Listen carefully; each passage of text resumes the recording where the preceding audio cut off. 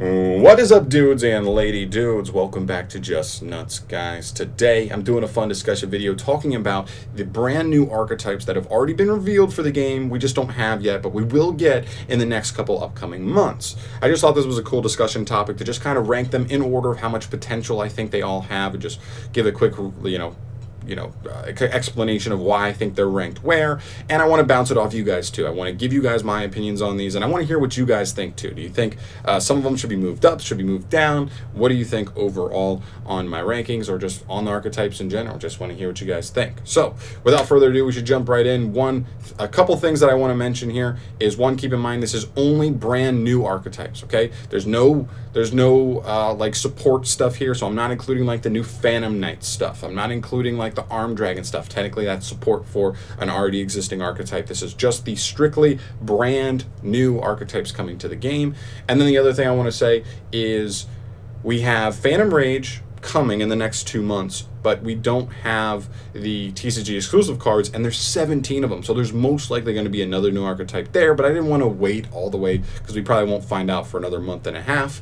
As well as Blazing Vortex just started getting revealed. We've only had support cards revealed so far, nothing new as far as archetypes go, so that's another thing to consider. We could get stuff in the next upcoming things, but I'll probably just, when I review the archetype, I'll probably throw it in there as like, this is probably where I'd put it in my rankings, and just mention it there referring back to this video. So now that all that stuff out of the way, let's just get right into it with our number 6 option. Keep in mind we're looking at the 3 archetypes from Genesis Impactors, and we're looking at the 3 new archetypes already revealed for Phantom Rage. So number 6, it's Suiten. I don't think anybody can argue me on this one. I mean, I think it's very clearly the least potential having like archetype out of all of them. And even that being said, I still think there's random like rogue potential here. This is an archetype that can play with a condensed engine, so maybe, I don't know, combine it with something like Eldritch, you know what I mean, combine it with something like Dogmatica, those random, support engines that are very easy to just throw in with certain decks and they can go somewhere. But overall, I just think the deck has one power play, and if that gets stopped, it doesn't really do a whole lot else. And even its power play still feels a little lackluster. If the fusion monsters were a lot stronger, I would be a lot more about this archetype. But also the fusion monsters were a little bit of a letdown on review. So I think this one's a pretty easy 6th place, and I don't think too many people are going to argue me on that one. Moving on, next up we have Drytron. I know some people are probably going to be sad about this, that I put them all the way down here. Here's the thing with Drytron. I think they have insane consistency as well as some pretty good utility. But again, they kind of have the same problem as Suiten, is where they only have one legit power play, and that's get to DRA. It just seems like an archetype where if you don't get to DRA, or if you get to DRA and your opponent outs it, keep in mind this thing does not negate, it just has a send effect, so it does clear boards. If your opponent can get rid of this card, then like, what is your follow-up? You're going to put multiple resources just to get this thing out, and if it doesn't stick, you're going to be in a tough spot. That combined with the fact that this archetype isn't that generic, it does have some pretty legit restrictions, so all you can do is play normal summons assisted with this archetype. But there are certain things you could do. You can combine like Invoke if you just want a single like powerful normal summon archetype to kind of combine with this. That could totally work, but not a ton of other stuff really works that well with the archetype. So I think it's like floodgated a little bit. It doesn't have the access of like being splashed with a lot of other support engines, just a couple. And I think for that, I'm going to leave it at number 5. Although I do like it. I don't love it design-wise. Not my favorite, just personally.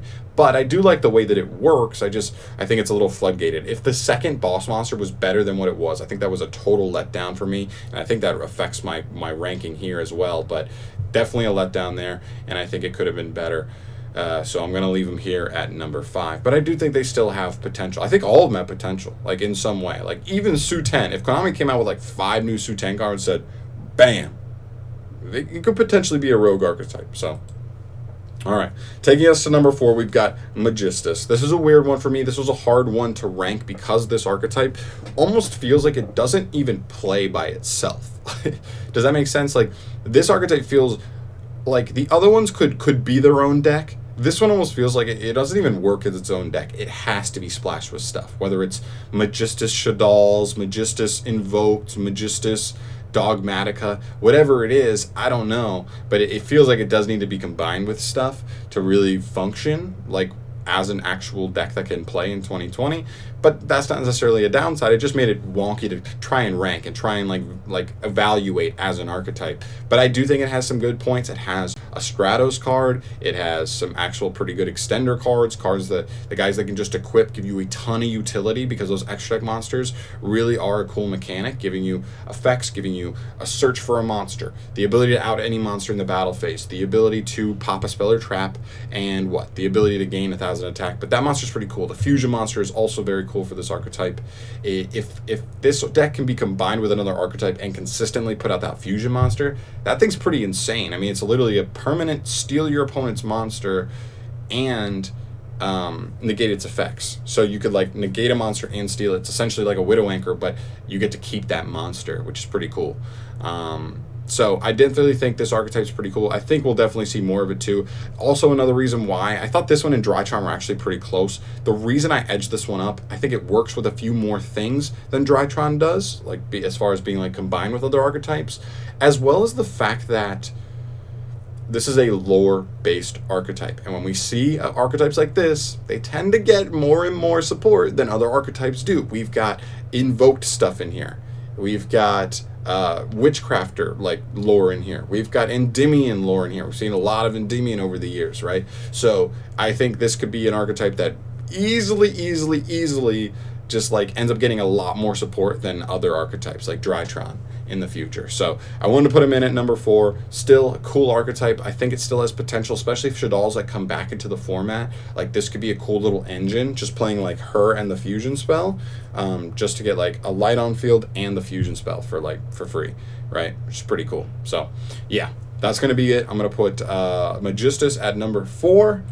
Moving on here to number 3, it's Evil Twins, man, or Live Twins, whatever you want to call them. This one I think made a lot of sense. I think pretty plain and simply this archetype just has a lot more potential than both Magistus and Drytron, but not as much as the two that are the top 2 for me. Maybe the second place one it could edge out in the future, but here's the thing. It's a Kukul archetype, so that's what makes this a wild card, is it could end up with just the most busted support. So that's one thing you always got to calculate in. But I just think for what the archetype has so far, it just doesn't even compete with the top 2. But it's a very strong engine. I actually really like this deck's engine. It's one of those things where like it's insanely consistent. You have an insane amount of starters. You play like 6 starters just as the monsters. You could play 3 copies of their quick play. You could play 3 copies of the card that searches the quick play, and you could play 3 copies of Signet Mining. That's 15 starters. You probably won't play that many because that's terrible, and they're hard ones per turns. But you just have there's no lack of starters in this deck for sure. At least getting this engine online. I love that it automatically gets you like a Dryden pop combined with like link material. You just put like a bunch of link material on the board by the time you come back around to your own turn, and so you won't be under any restrictions immediately, so you can just start making like big link plays that just push for a lot of pressure, which is really awesome. So I think they have potential. They did get the exact support card I wanted to see them get, which was a spell and trap searcher, giving them more utility from those spells and traps, and not just cards you play as hard copies and just hope that you draw them the hard way. You can actually search them out, which is really nice now, which I think helps them a lot. But I also think they're another archetype it's not fleshed out enough. It's going to need to combine with something out the gate. Maybe it's Eldritch, maybe it's Dogmatica, I don't know. But it's definitely going to need more cards down the line. But again, it's a Q-Girl archetype. It could easily get more cards down the line. I'm not super worried about that. So Evil Twins, number 3, not a bad place to be, by the way. I think the top 3 all have like legit future meta potential, legitimately. Taking us to number 2, and it's Tri-Brigade. This one hurts me to say because Tri-Brigade is my favorite archetype of all 6 of these. But unfortunately, I think number 1 I think it has a beat, but we'll get to that in a sec. As far as Tri-Brigade goes, this is an archetype that pretty much supports every single Beast Warrior, and Winged Beast deck that's ever been made. It's awesome. I love the way the deck works. It like cheats out link monsters, but You won't be able to bring him back, so like there's some like fairness there. Their boss monster is insane. He does a non-targeting banish as potential disruption / removal. That's amazing, and I just love the engine. The problem though, again, it kind of feels like an engine at this point, not as a full-on deck. I don't think playing this archetype as a full-on archetype really works. You have to combine it with something else. It seems at this point in time, Tri-Brigade Zodiac seems like the best one, but there's other ones too, Fire Fists, and I don't know. You could play like Melfi's or whatever you want, like anything that's Beast Warrior Wing Beast base.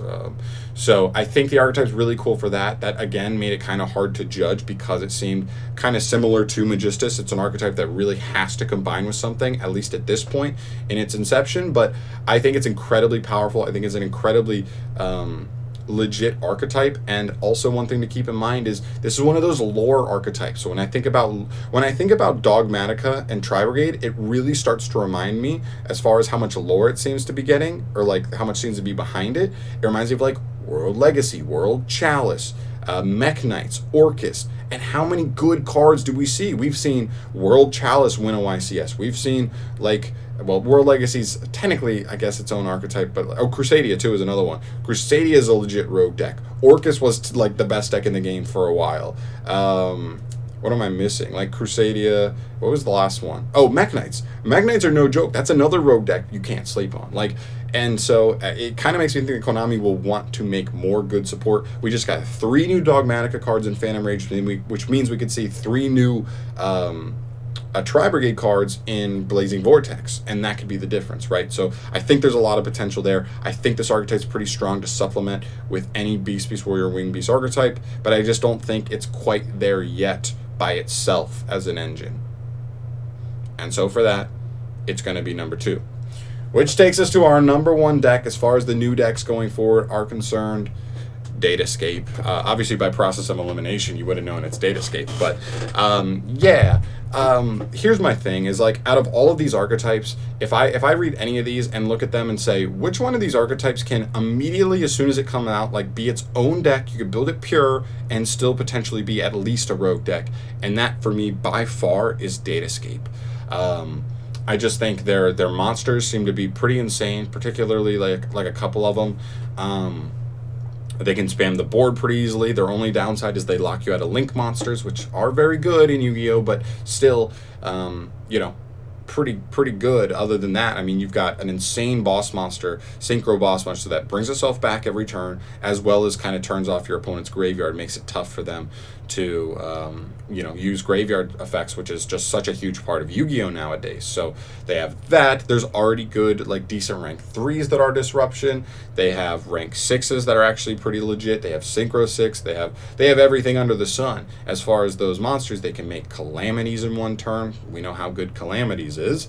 And yeah, I just think this deck has everything going for it. I think we'll still see 2 to 3 more cards potentially in the next set, or maybe over the next 2 sets, and they could push this deck to tier 1. I don't necessarily think any of these decks are going to be tier 1 out the gate, unless like a ban list like bans Halki Fibrax. Maybe a couple of these decks would have a chance, but at least of making like tier 1. But I think a couple of them have potential at tier 2, and I think Datascape leads that charge.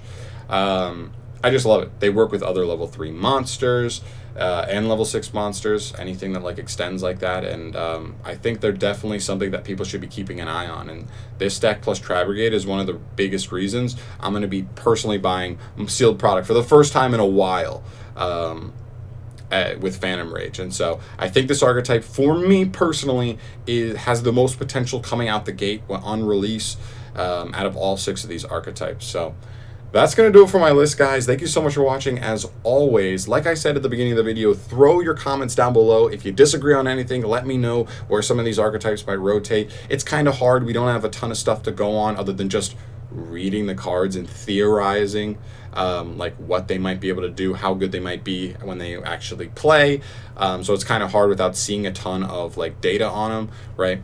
So, but this is just what I'm thinking out the gate. And keep in mind, we're going to have more archetypes revealed probably pretty soon, in the next month and a half at least, and I can, you know, put those in here as well. I have them written down. I'll have them written down for when I make those videos, and we could talk about them then, throw them in, fit them in somewhere in here. But yeah, that's going to do it for me here, guys. Thank you so much for watching. As always, subscribe to the channel if you want to see more discussion videos from me in the future, and I will see you in the next one.